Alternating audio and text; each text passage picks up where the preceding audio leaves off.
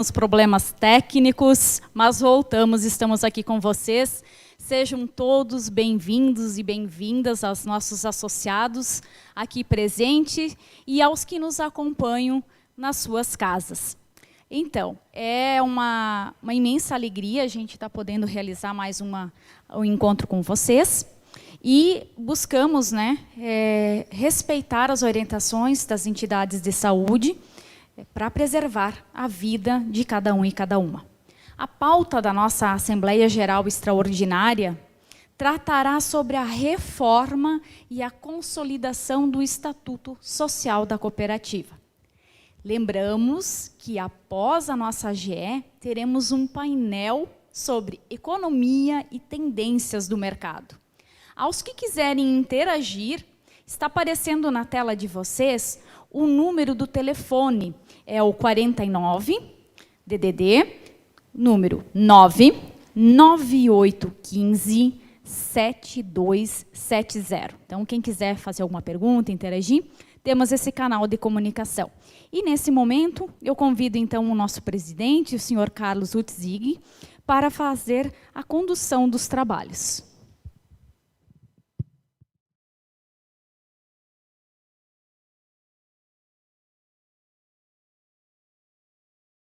Iniciamos a nossa Assembleia já em terceira convocação e, conforme previsto no Estatuto Social, nós temos a necessidade de ter pelo menos 10 delegados presentes.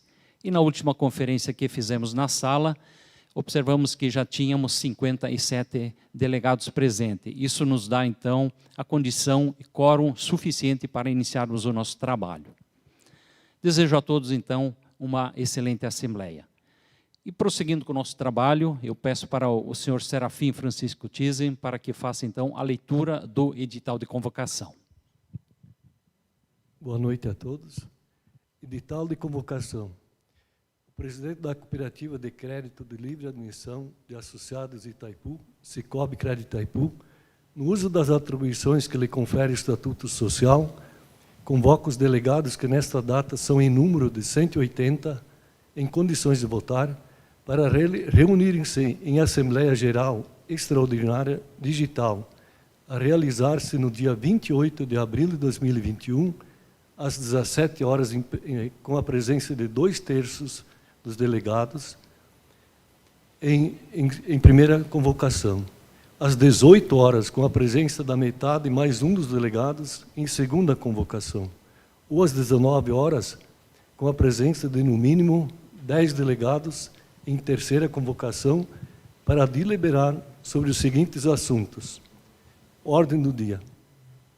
Primeiro, reforma e consolidação do Estatuto Social da Cooperativa, envolvendo os seguintes artigos. A.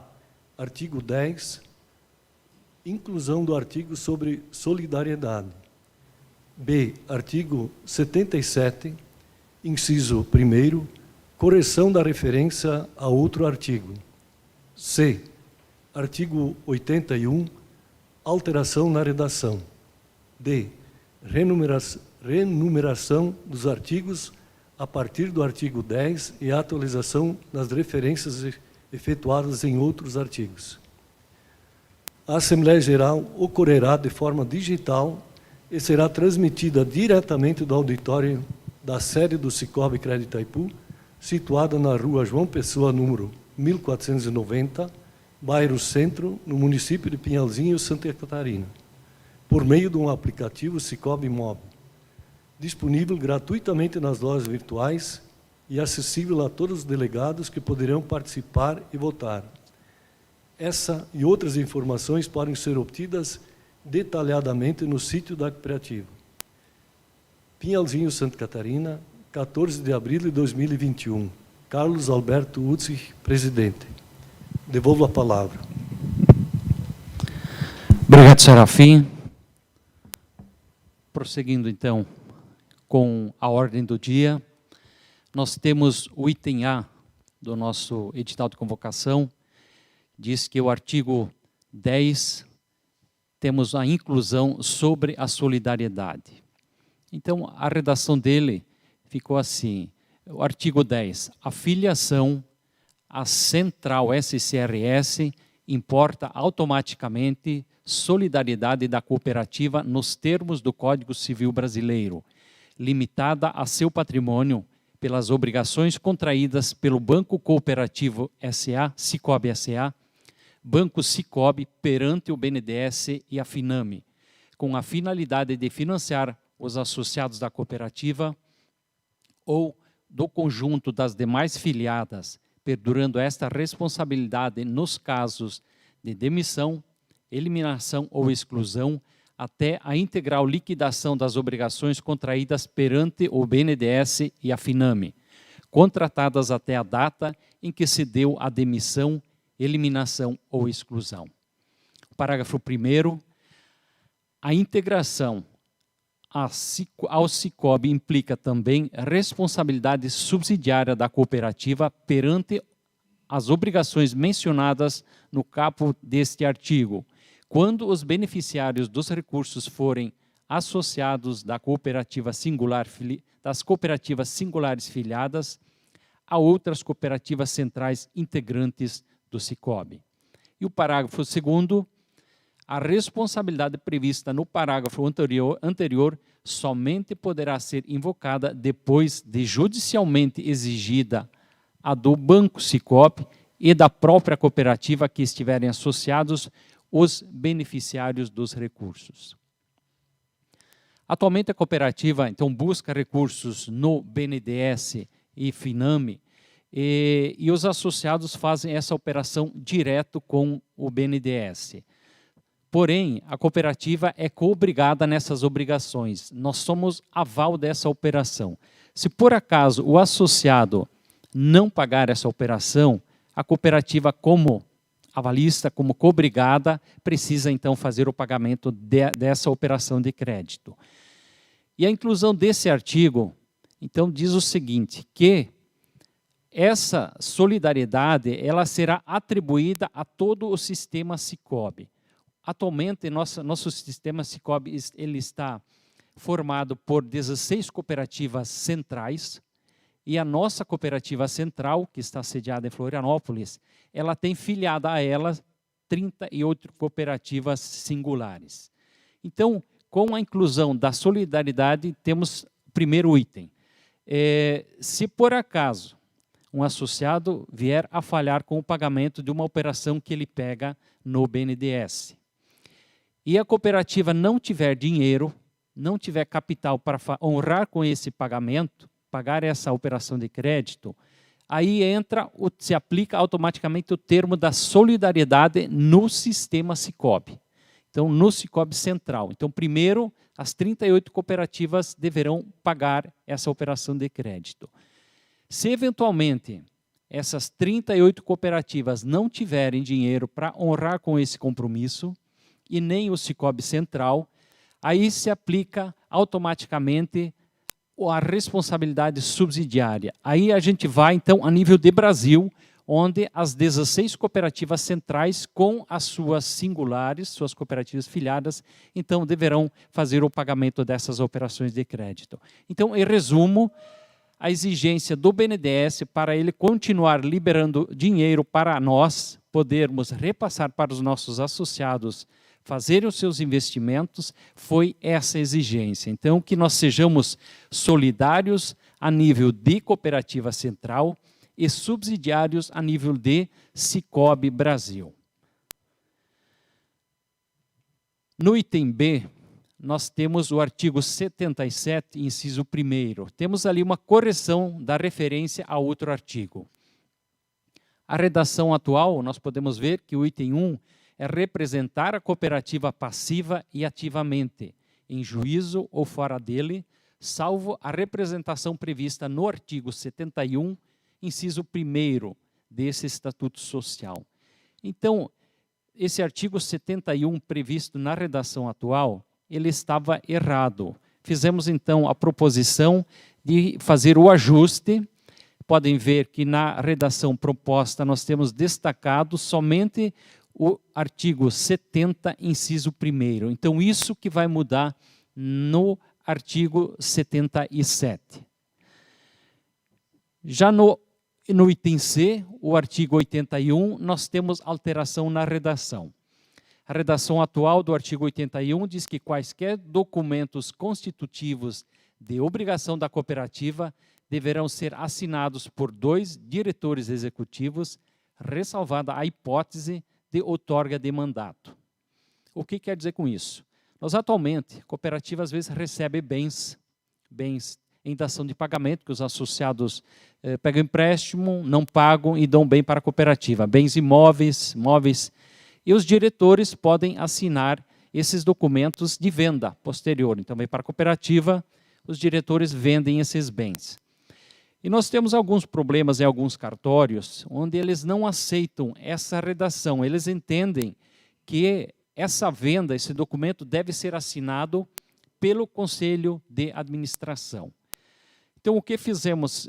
Já tivemos casos em que os conselheiros de administração precisaram vir a Pinhalzinho, fazer uma procuração a dar aos diretores para que eles, então, pudessem se deslocar a determinados municípios e fazer a escrituração de venda desses bens.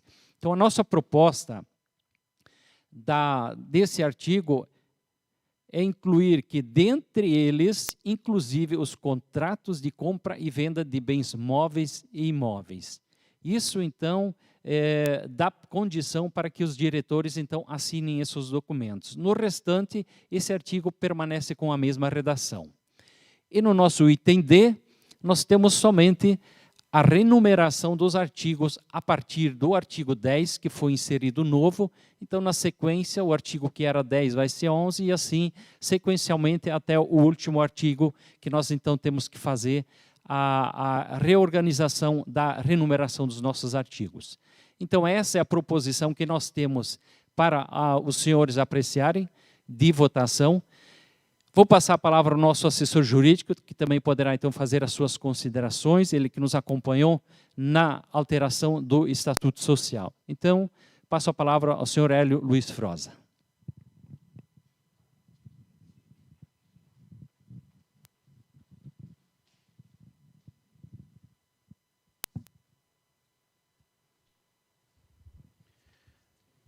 Boa noite, presidente Carlos. Cumprimento especial aos conselheiros de administração, conselheiros fiscais, aos colaboradores da Cicobi Crédito Itaipu. Um cumprimento especial a todos os delegados que nos acompanham nessa Assembleia Geral Extraordinária e aos associados do Cicobi Crédito Itaipu. Presidente, eu acho que está muito bem explicado, mas eu gostaria, somente para deixar todos os delegados bem à vontade, né, até porque são eles que vão ter que aprovar essas alterações, dizer que é uma obrigação, toda vez que se mexe, toda vez que se altera o estatuto, que isso seja deliberado, né, no nosso caso aqui, pelos delegados. E isso deve ser feito através de uma Assembleia Geral Extraordinária. É por isso que nós estamos fazendo essa Assembleia, então, com esse objetivo. E como o presidente Carlos explicou, na verdade nós estamos só regulamentando aqui, normatizando algumas situações que são necessárias para deixar o nosso estatuto de acordo em alguns artigos com aquilo que a nossa central exige. A alteração, aí o acréscimo do artigo 10, que o Carlos explicou, nada mais é do que um acréscimo no capítulo das responsabilidades que nós temos no nosso estatuto a partir do artigo 9º. E, na verdade, na prática, isso já vem acontecendo, essa responsabilidade das cooperativas singulares perante a central. Então, o que nós estamos fazendo hoje é normatizando, colocando no nosso estatuto essa responsabilidade solidária da nossa cooperativa e subsidiária. Tá? Quando nós, porventura, um associado não deixar de pagar algum financiamento contraído junto ao BNDES ou a uma outra instituição, a cooperativa, como acontece hoje já, tem que acabar assumindo essa responsabilidade, né, junto ao BNDES, junto a outra instituição, e depois tentar cobrar do associado. E a situação da responsabilidade subsidiária, então, ela é em todo o conjunto. Nós estamos, como cooperativa singular, atrelados a uma central, né, que são, acho que são 38 cooperativas, né, singulares. Então, nós estamos atrelados, e nesse sistema centralizado, então, é por isso que nós precisamos colocar no nosso estatuto, então, esse artigo 10º, acrescentando, então, essa solidariedade da nossa cooperativa e também a responsabilidade subsidiária. Então, é uma exigência da Sicob Central para que a gente, então, acrescente no nosso estatuto esses artigos aí. E o Carlos falou muito bem, com relação à representatividade, nós sentimos uma necessidade em acrescentar no artigo 81, essa pequena frase aí, na verdade, né, já dizia o artigo que todas as obrigações poderão ser assinadas por 2 diretores. Isso vinha acontecendo. Mas nós agora tivemos alguns cartórios que exigiam que a gente colocasse mais para contratos de compra e venda. Por isso que nós estamos acrescentando, na verdade, para deixar bem claro para os cartórios, para que toda vez não precisasse fazer uma procuração por instrumento público aqui no cartório, caso tenha que fazer uma negociação dessa, por exemplo, num PA do Rio Grande do Sul, nós teríamos que fazer uma procuração por instrumento público específica aqui no cartório, levar naquele cartório, e assim não.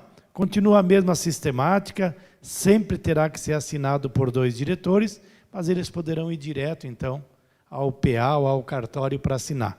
E depois, ao final aí, como nós estamos modificando, então, a numeração do nosso estatuto, a partir do artigo 9º, então nós vamos fazer essa renumeração, né? Artigo 10, 11, vamos mudar só a sequência da numeração dos artigos do estatuto. Então, presidente, é uma necessidade que nós precisamos, não são grandes alterações, são ajustes necessários aqui para que a gente fique com o estatuto em conformidade com aquilo que especialmente a nossa central, Sicob Central, exige. Então, né, opino aqui com o parecer jurídico que a gente aprove essas mudanças para que a gente tenha o estatuto, então, depois devidamente regulamentado. Seria isso, devolvo a palavra, presidente. Obrigado, Hélio, nosso assessor jurídico. Então, deixamos 3 minutos para que ocorram manifestações, se alguém tiver dúvida ainda, para que possam encaminhar suas perguntas, suas dúvidas, para que a gente possa, então, responder. Então, ficamos no aguardo de 3 minutos.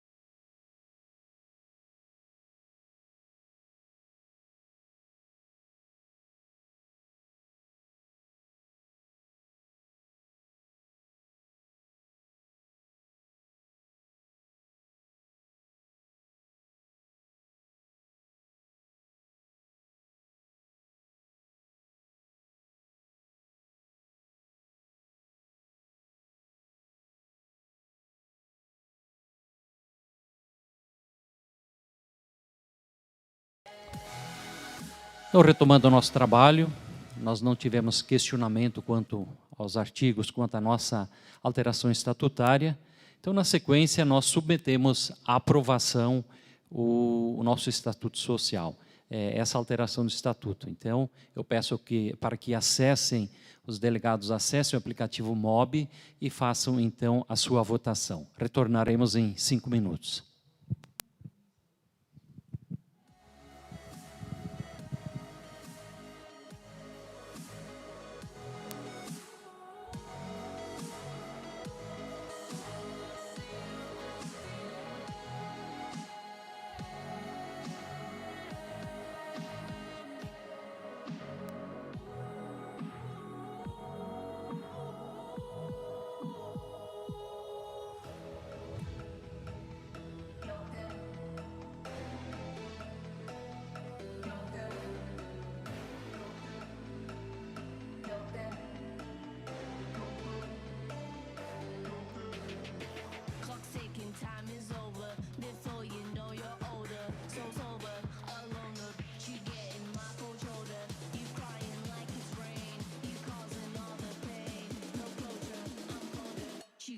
Nothing, Joker.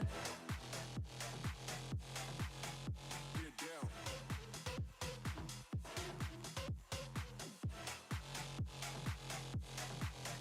Get up. You getting nothing, Joker.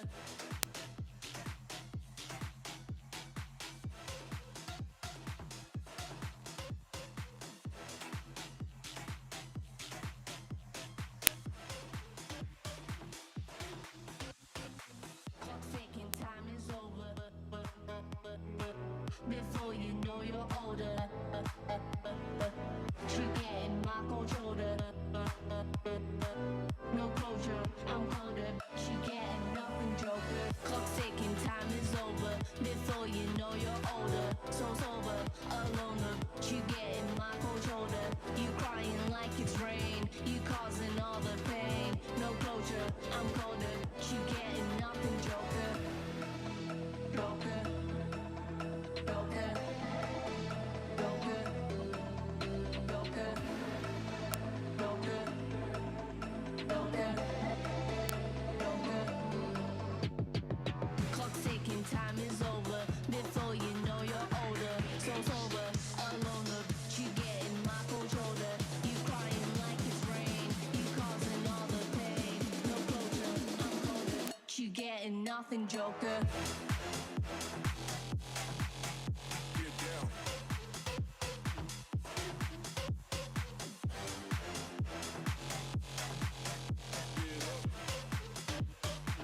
You getting nothing, Joker.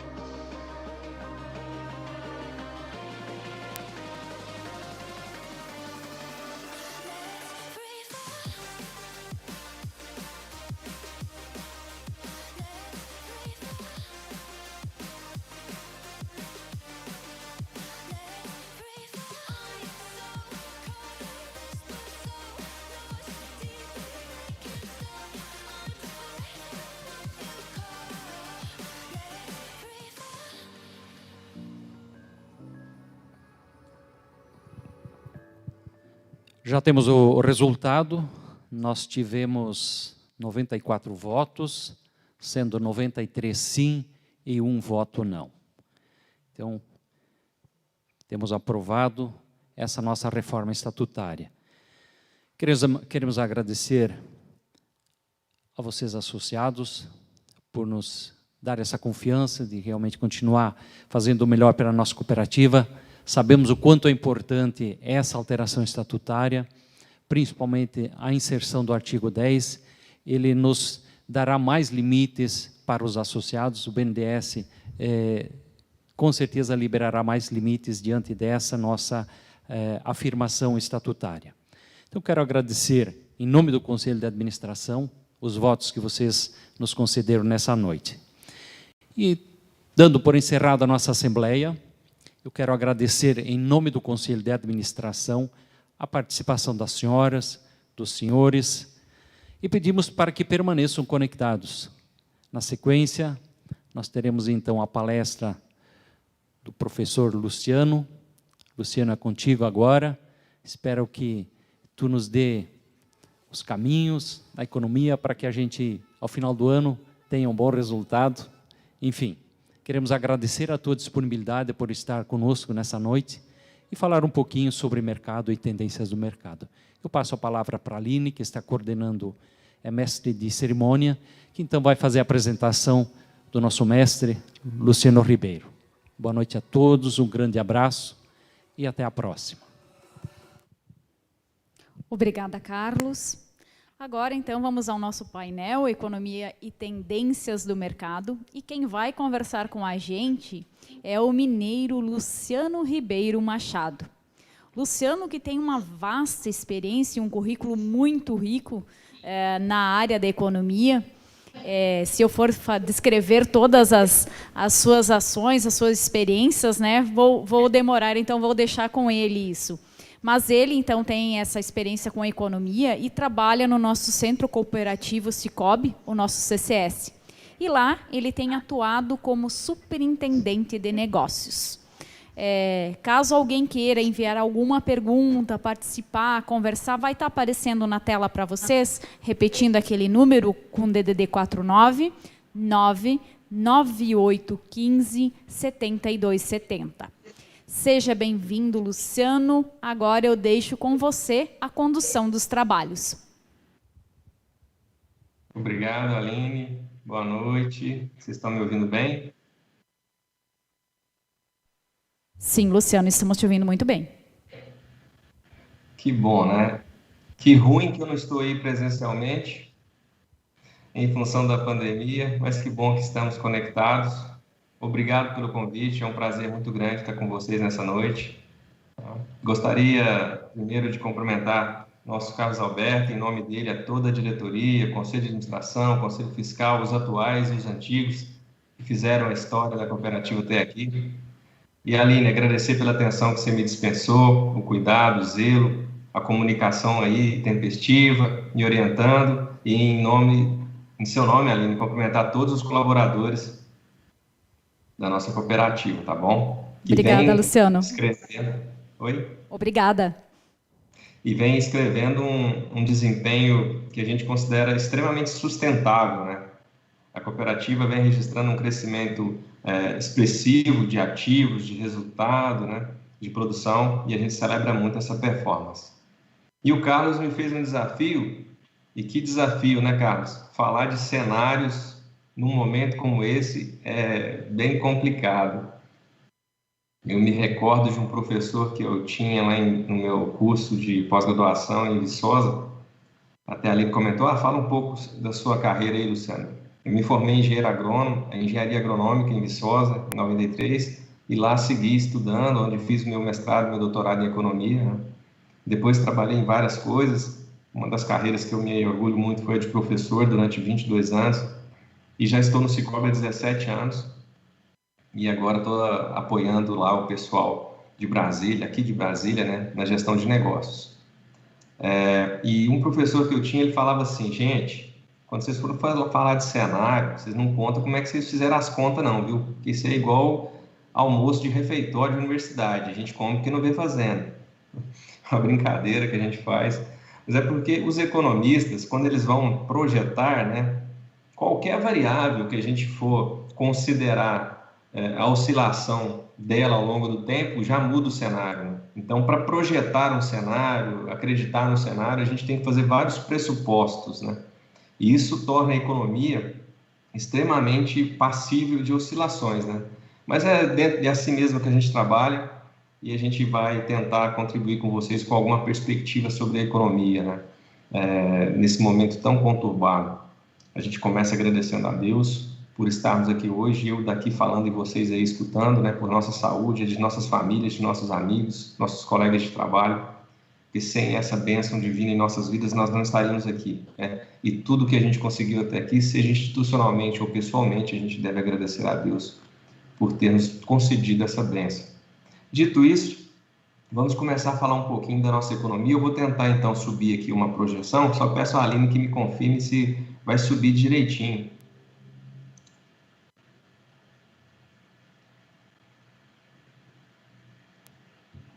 Liga o microfone. Oi. Espero que subiu. Só um momentinho, a gente só está conferindo aqui se está dando certo no sistema. Só um segundo, por favor. Pedimos paciência também aos nossos Então ouvintes. eu vou falando, pode ser? Perfeito, pode ser. Então, uma das coisas que a gente sempre se pergunta é assim, por que quando a gente vai falar de cenário, a gente fala de coisas um pouco distantes? PIB, inflação nacional, câmbio, balança comercial, essas coisas tão distantes do nosso dia a dia, né? Variáveis macroeconômicas que o povo fala, né? Se nosso dia a dia aqui, nós estamos na luta para produzir, para vender, para entregar, né? Para contratar gente, lutando contra esses impostos tão elevados que a nossa economia tem, uma das maiores tributações do mundo, né? Tentando fidelizar nosso funcionário, tentando fazer com que ele se dedique, né? Só um minutinho que chegou a mensagem para mim aqui, as pessoas estão guardando o lobby. Ah, não. E está aparecendo a tua apresentação, Luciano. Vou aproveitar aí a deixa para avisar que já está ok, tá? E eu estou aparecendo não, né? Você não está aparecendo não, só a sua apresentação. Tá bom. Quando a gente, então, começa a perguntar essas coisas de PIB, de inflação, de Selic, isso, aquilo, outro, quando a gente chega no momento de montar o cenário, várias perguntas se misturam, né? E principalmente quando a gente está numa região de agronegócio pujante, onde a gente tem a pauta de exportações como influente na composição dos preços de vários produtos que os nossos associados produzem na nossa região, a gente pergunta, vai ter demanda internacional? Vai ter oferta? A gente vai conseguir entregar? Vai haver solução para a crise fiscal brasileira, né? Esse problema orçamentário que está ameaçando o nosso crédito rural para a próxima safra, de uma forma muito forte, né? A gente tem feito um trabalho grande aqui. Para onde que vai a taxa Selic? E qual que é a importância dessa taxa Selic, né? A hiperinflação está voltando, vai nos ameaçar? Nós estamos num momento de estagflação e o desemprego, né? Liquidez, investimento. Está na hora de ampliar ou está na hora de ser conservador?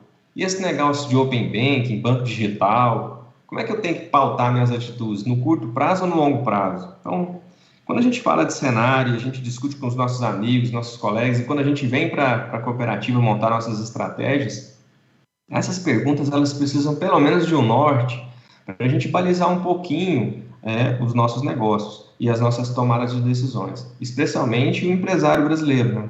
Que está num momento extremamente complexo.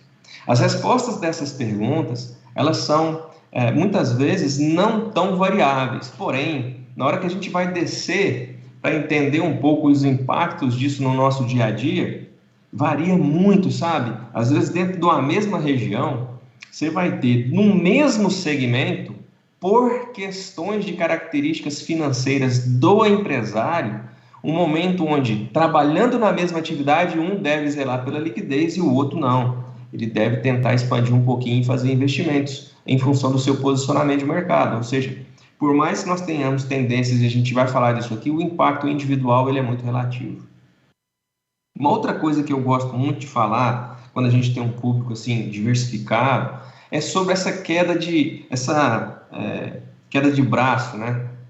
quando a gente tem, de um lado, coisas reais, puxando a economia para tracionar, para produzir, manifestadas, apresentadas por meio das bolsas de valores e dos títulos de valores imobiliários, e também no meio de taxa de juros de financiamento de investimento, custeio e capital de giro, e de outro lado, o medo.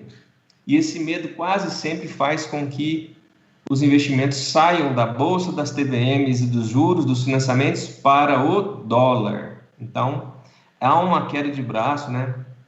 Um estica, puxa aqui, que é de um lado o dólar, do outro lado a bolsa, as TVMs e as taxas de juros dos financiamentos de investimento e custeio.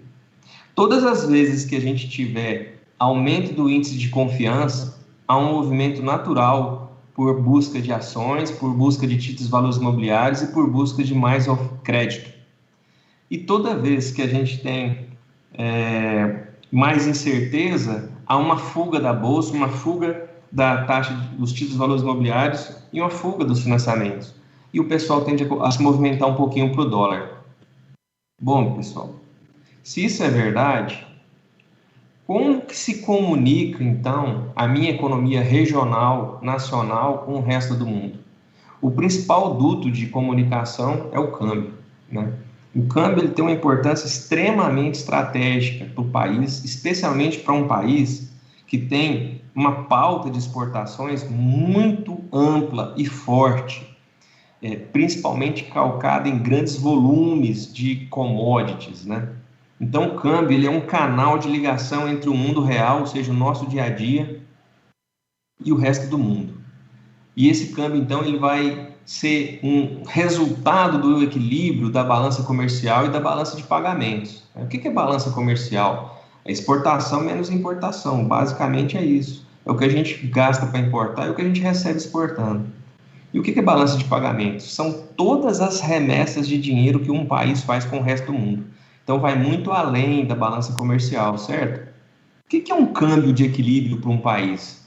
Mais ou menos vai traduzir o tanto que esse país é importante em termos de valor que ele exporta, comparado com o tanto que o resto do mundo é importante para esse país em termos de valor do que ele importa. Então, um câmbio para um país como o nosso, que não está no fronte da tecnologia, que não tem tantos royalties, que não é tanto detentor de patentes internacionais, um câmbio para nós, ele sempre tende a ser, durante um bom tempo, maior que 1, certo? Mas, às vezes, o câmbio reflete outros movimentos especulativos e até políticos. E, nesse momento, um câmbio de 5, ele pode ser considerado um câmbio acima do câmbio de equilíbrio de longo prazo brasileiro, mas um câmbio necessário para essa crise, tá bom? E a gente vai falar um pouquinho disso daqui a pouco. Em termos de PIB, é uma coisa que a gente sempre fala em cenários, né? O PIB. O que é PIB? O PIB é renda. Quando a gente fala de PIB, a gente fala de renda. Renda que sobra para o povo gastar, que é o consumo interno, renda que sobra para os empresários investir e renda que sobra na mão do governo. Mais a diferença da balança comercial. Ou seja, se eu estou falando que o PIB do Brasil está andando de lado, a nossa capacidade de investir também está andando de lado. Se o PIB do Brasil está caindo, a nossa capacidade de consumir, investir e o governo dar suporte está caindo, e assim por diante. Então, o PIB é uma medida de renda, de riqueza disponível, né, para que a gente possa fazer a economia girar com sustentabilidade. Às vezes, um PIB lateral, como sinalizado para 2021, ele pode ser mais danoso ou menos danoso. E uma das coisas que faz com que o Brasil possa, nos últimos anos, nas últimas décadas, resistir bem a crises internacionais é o fato da gente ter uma população madura em termos de consumo e um apetite de consumo muito grande. Então, nós temos um consumo interno sempre disposto a gastar. Se por um lado é ruim porque a gente poupa pouco, é bom porque dá sustentação em momentos de dificuldade. Então, o brasileiro ele é muito afoito, muito disposto a gastar. Essa é uma característica que gera um pilar de sustentabilidade em momentos de dificuldade. Apesar de que gera também um pouco de dificuldade em momentos de controle de inflação de demanda, que não é o caso agora. Os nossos investimentos privados sofreram um estímulo razoável com a queda da taxa Selic. Mas, neste momento, dependendo do segmento que a gente esteja falando, esse investimento está muito prejudicado. Agora, o governo, é uma questão muito interessante que eu queria falar para vocês sobre o governo. O que a gente assistiu recentemente? Poxa, a gente assistiu, sabe o quê? A gente assistiu uma disputa orçamentária horrorosa, com variáveis políticas que resultaram em cortes de orçamento significativos. Para vocês terem uma ideia, só no agronegócio, nós perdemos aproximadamente 35 bilhões de recursos de limite para subvenção de equalização para a próxima safra. Olha, isso aí, então é ruim demais. Então, se a gente olhar por esse lado, a tendência do PIB é fracassar ainda mais em 2022 e final de 2021? Pode ser que não. Sabe por quê? Porque o governo vai ter um recorde de receita em 2021. Existe uma questão que é o deflator do PIB, que eu não vou entrar tecnicamente nessa questão agora, mas o governo tende a ter uma receita extraordinária nesse ano e no ano que vem, derivada principalmente da balança de pagamentos, da balança comercial brasileira. Nós estamos tendo uma receita muito bacana, e principalmente de impostos, que estão tendo uma movimentação bem acrescida em função do GPM do ano passado, do segundo semestre, que movimentou contratos, reajuste de contratos.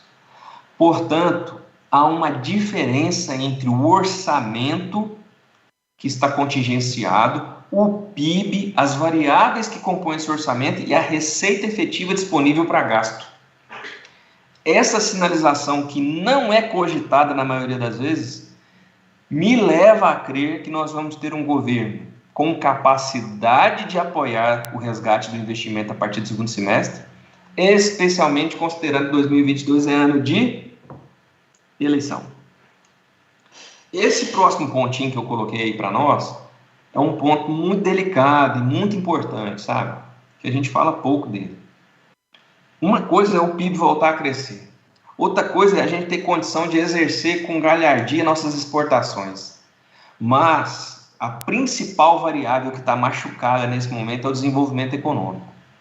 Nós estamos tendo uma tendência de concentração de renda muito grande. Quem está bem, está muito bem e faturando muito. E tem uma turma que está muito mal. Isso deve ser objeto de tratamento de médio prazo, sob o risco da gente ter problemas localizados intensos de renda e localizados de crescimento. Então é um país que vive ao mesmo tempo celebração de recorde de faturamento de alguns segmentos, de recorde de exportações de alguns segmentos e, simultaneamente, vamos falar do preço do milho, por exemplo, que bateu R$ 100,15 na cotação para setembro. Hoje, em alguns mercados, já estamos falando em 100. Falei com um amigão meu de Chapecó, da Aurora, falou em R$100. Aqui para nós, nós estamos falando em 92. Então, o milho nessa cotação, você imagina quem compra o milho como matéria-prima, né? Então, esse é só um exemplo. E, por último, essa danadinha, a inflação. Por que a inflação é tão importante? A inflação, ela é uma variável que, se descontrolada, faz um plano econômico sucumbir. Por quê? Porque ela gera uma movimentação de reajustes desequilibrada, onerando sobremaneira alguns segmentos, tornando custos quase impraticáveis, fomentando concentração, gerando desequilíbrios, desenquadramentos, novos reajustes, consumindo o PIB real brasileiro, consumindo a oferta de moeda e provocando um aumento de correção monetária e gerando indexadores. Vira uma espiral onde o planejamento vai por água abaixo e por isso a inflação tem que estar na lupa sempre. Essa inflação que nós tivemos altíssima no segundo semestre do ano passado, que superou a casa de 20%, não refletiu no IPCA. Porque o IPCA é apenas a cesta básica brasileira.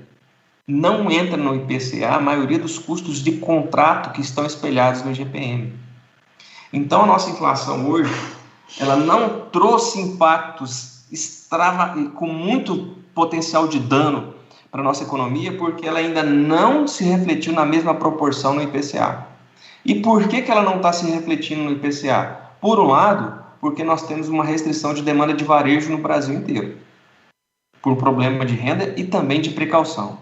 E por outro lado, o que poderia ter sido um desastre não foi com um câmbio de 5. Então eu falei que o câmbio é um mecanismo de comunicação com o resto do mundo e a taxa de juros é a comunicação de tudo isso, inclusive do câmbio, com as nossas atividades. Isso eu já falei também, que cada região tem uma matriz de atividades que vai fazer com que essa região, no mesmo momento em que o Brasil esteja com um PIB negativo, alguma região esteja com um PIB altamente positivo. E a transversalidade das cadeias produtivas também. Às vezes uma região participa de uma cadeia produtiva que está em franca ascensão, mas também participa de cadeias produtivas que estão com dificuldade. Então, nós vamos ter associados numa mesma agência com dificuldades e associados numa mesma agência com riqueza em crescimento. E a dispersão comercial diz respeito a toda a variação que a gente tem da pauta em que se concentra o destino e a fonte das nossas importações, o destino das nossas importações da nossa região. Eu vou deixar com vocês, tá, Aline?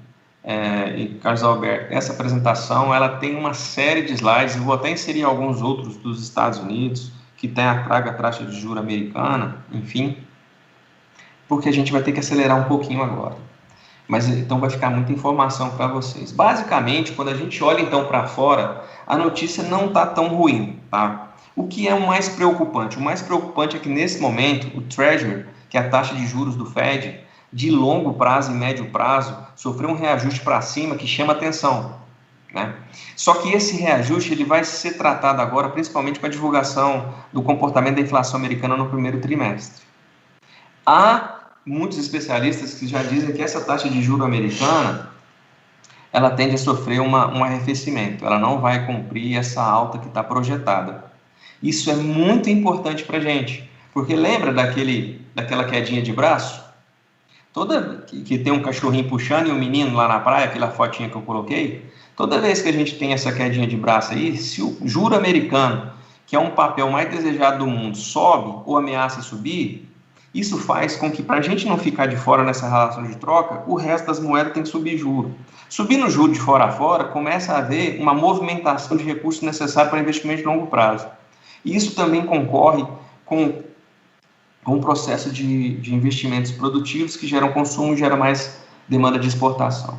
Então, de um lado, nós temos esse sinal de alerta, mas, por outro lado, nós temos uma informação recente, muito bacana, que apesar da China já estar recompondo o seu parque produtivo de suínos e também está recompondo alguma coisa que ela perdeu em termos de estrutura produtiva avícola, a notícia excepcional é que a China está com um crescimento tão expressivo de consumo, e as projeções significam que, pelo menos nos próximos 3 anos, a taxa de crescimento de importações de proteína tende a se manter. Então, isso é um sinal muito positivo para os setores e para os países, para os setores brasileiros e para os países que estão exportando bem para a China. Essa é a projeção do nosso PIB. Então, ela é uma projeção que não nos gera auspícios de felicidade e comemoração. Qualquer neófito que olhar essa curva vai perceber que nós temos uma projeção extremamente tímida de crescimento, principalmente considerando os anos anteriores. Porém, tem que se relativizar o comportamento dos segmentos dentro dessa mesma projeção, com a ressalva daquele comentário que eu fiz. Esse PIB não reflete o tamanho da receita do governo, a receita nominal. Ela tende a ser extremamente robusta daqui para o final de 2021, e dependendo de como o governo articular o gasto dessa receita, nós podemos ter uma reprojeção de 2022, especialmente considerando um cenário de melhoria de pandemia. Aqui nós temos um gráfico que mostra os PIBs por segmento, aqui a nossa inflação, já comentei sobre ela, essa linha ali que sobe em vermelho, deixa eu ver se eu consigo aqui, não estou com o mouse. Essa linha de vermelho, então, é a nossa projeção de crescimento de IPCA. A gente acredita firmemente que ela vai recuar, até por uma questão de ser notadamente uma inflação de custos e não de demanda, né? Comentei já sobre a importância disso com vocês. É necessária, é correlacionada ao resto do mundo e é prudente essa projeção do DI Futuro, né? O DI Futuro, ele já está na casa de 9 a 10% para 8 anos, e ele já aponta para final de 2021 em 5% e final de 2022 aí ultrapassa na casa dos 6%. O que isso significa? Isso significa uma sinalização que a política monetária está disposta, em que pese a contração de demanda do mercado doméstico, a fazer o seu papel de contenção de processo inflacionário e também de compensar a defasagem da defasagem cambial e do deflator do PIB. Ou seja, é necessário sinalizar ao mercado essa curva. E como que isso afeta o nosso negócio? Bom, isso gera um pouco de alívio para a renda de tesouraria, mas gera um alerta muito grande para aquelas instituições que se alavancaram muito na carteira de empréstimo pré, sem ter na captação de depósitos pré, né? Então, isso tudo gera uma movimentação que vai exigir de nós planejamento financeiro, né, medidas de mais de curto prazo, adequação de carteira e reposicionamento de alguns movimentos que a gente vinha fazendo no período de Selic decrescente. Ah, Luciano, essa Selic tende a se realizar? Há uma probabilidade muito alta dessa projeção de dezembro se realizar sim. Agora, daí para cima, as consequências podem não ser muito desejáveis do ponto de vista contratual, especialmente para o financiamento imobiliário, que é um dos pilares do crédito no Brasil. Então, a partir do momento que a gente chegue próximo ali da casa dos 5%, o governo certamente vai estar com um olhar muito cuidadoso a qualquer movimento acima disso, né? Até porque a gente não pode gerar competição com os investimentos de estrutura física e produção que a gente precisa para esse país. O mercado de trabalho naturalmente teve essa contração absurda, né, depois da pandemia, e não dá sinais de uma recuperação em alguns segmentos muito afetados, como o de turismo, por exemplo. A gente tinha uma projeção no ano passado que a gente chegaria a 100% na relação dívida bruta do setor público em relação ao PIB, e nós chegamos a 90%. Isso é muito bom, né? Nós temos que ficar 10% abaixo. Isso significa fôlego, isso significa espaço, né? E esse fôlego e esse espaço são necessários ao governo para cumprir suas políticas daqui para frente. Câmbio nós já falamos. E aqui são as projeções oficiais do relatório Focus, obrigatório para qualquer colega que trabalha no mercado financeiro, onde a gente vem traduzindo praticamente aquilo tudo que nós conversamos até aqui, um câmbio acima de 5%, uma meta Selic de 5% para o final do ano, de 6% para o final de 2022, um IPCA que não está ultrapassando a meta dos 5 ali, ou dos 4,34 no final de 2021, isso é muito saudável que seja assim, e o melhor dos mundos seria se a gente conseguisse antecipar a queda do IGPM, né? E aí a gente tem que dar uma acelerada na recuperação do parque industrial brasileiro para isso acontecer, né? A nossa projeção de PIB, como a gente já havia falado, está tímida, mas se ela acontecer já é um bom sinal, principalmente porque o governo tem bala na agulha para continuar a sustentação de algum volume de gastos, né? Bom, aqui eu trouxe alguns números, mas eu vou pular para esse slide para fazer uma reflexão com vocês. Pela terceira crise consecutiva, em larga escala, 2008, 2014 e agora, o Sistema Nacional de Crédito Cooperativo e o Sicob apresentam um crescimento extraordinário nos seus números. Em especial, as cooperativas do Sul, do Sicob, de Santa Catarina, apresentaram um crescimento de depósitos, uma coisa assim que nos enche de orgulho. Isso é credibilidade. E apesar do nosso crescimento extraordinário em crédito, a nossa inadimplência está ainda mais competitiva relativamente ao mercado. Então isso mostra conhecimento, isso mostra profissionalismo, isso mostra experiência, isso mostra que sabemos o que estamos fazendo, né? E aí, se alguém me fizesse uma pergunta assim, Luciano, diante de tudo que você falou até agora, quais são os próximos passos para o Sicob? A gente não tem outra alternativa nesse mercado a não ser crescer. Então, nós precisamos continuar crescendo. As projeções são de estrangulamento das margens de intermediação financeira, maior importância da renda de serviços e produtos comercializados no balcão da cooperativa. Isso faz com que a gente precise de escala e volume de quadros associados. Então, nós precisamos continuar crescendo em volume de negócios, em automação, sem perder propósito, sem perder qualidade do atendimento presencial para quem gosta de atendimento presencial, mas estarmos prontos e preparados para agilidade na liberação na análise de crédito e também para o atendimento do crédito pré-aprovado, principalmente dando liberdade para o associado montar sua composição de produtos e serviços consumidos na cooperativa pelos canais digitais, se essa for a preferência desse associado. Pessoal, eu dei uma apertada agora no final, porque é um assunto assim que eu gosto muito de falar e às vezes a gente se perde um pouco e eu tenho que valorizar o tempo de vocês, né? Então, já estava extrapolando, então eu vou encerrar por aqui, abrir um espaço para a gente poder conversar um pouco, se for o caso, e me colocar à disposição novamente para outros encontros que a gente queira entrar em algum assunto mais específico. Obrigado, viu?